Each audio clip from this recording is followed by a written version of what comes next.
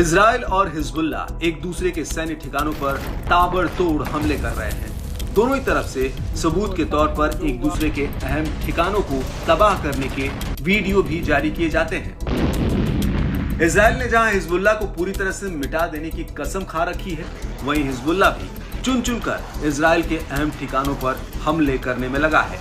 Israel के पीछे America पूरी मजबूती के साथ खड़ा है।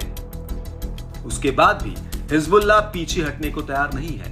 अब हिजबुल्ला ने इजरायली सेना के कीरिया बेस पर हमला किया है और उसने इस हमले का वीडियो भी जारी किया है।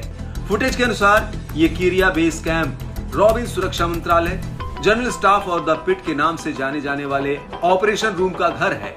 इसमें वायुसेना और नौसेना हेडक्वार्टर, कब्जे वाली सेना के प्रवक्ता का ऑफिस, डेप्थ कॉर्प्स और इजरायली प्रधानमंत्री का कार्यालय भी है। इससे इस ठिकाने के महत्व का अंदाजा लगा सकते हैं। वीडियो से पता चलता है कि कीरिया बेस का उत्तरी भाग एक सैन्य क्षेत्र है और इसका दक्षिणी हिस्सा एक बस्ती क्षेत्र है। ये तेल अवीव के घनी आबादी वाले शहर में स्थित है, इसलिए ये बेस मुख्य रूप से कमांड और प्रशासनिक काम का बड़ा सेंटर है। ये बेस 1948 में अपनी स्थापना के बाद से कब्जे वाली सेना के कमांड सेंटर के रूप में काम कर रहा है। वीडियो में बेस का 3D मैप है, जिसमें दिखता है कि यहाँ इजराइल के सुरक्षा मंत्रालय का headquarter, general staff, war room और एयरफोर्स का कंट्रोल और मॉनिटरिंग सिस्टम स्थित है।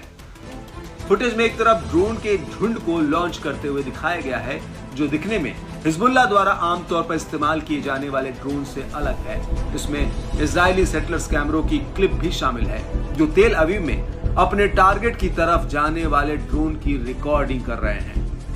1 मिनट 18 सेकंड के वीडियो में हिजबुल्ला के लड़ाके टारगेट की ओर कादर 2 बैलिस्टिक मिसाइल तैयार करते और लॉन्च करते हुए दिख रहे हैं।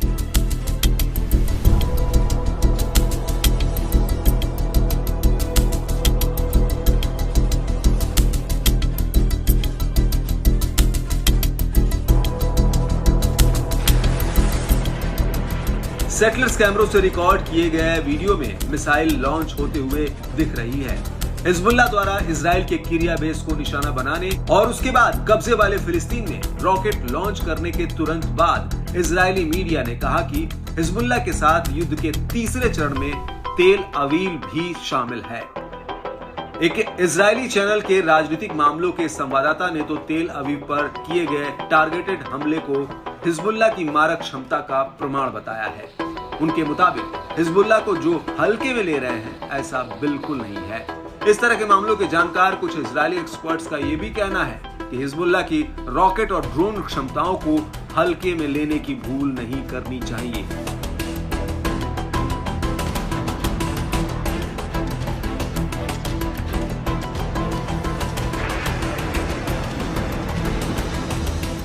सैन्य और युद्ध मामलों के जानकार इजरायली लोग जिस तरह से हिजबुल्ला की ताकत और क्षमता को देख रहे हैं, उस हिसाब से तो हिजबुल्ला को मिटाने का इजराइल का मंसूबा अभी पूरा होता नहीं दिख रहा है। उसे लंबा संघर्ष करना पड़ेगा या फिर युद्ध विराम ही इसका हल होगा।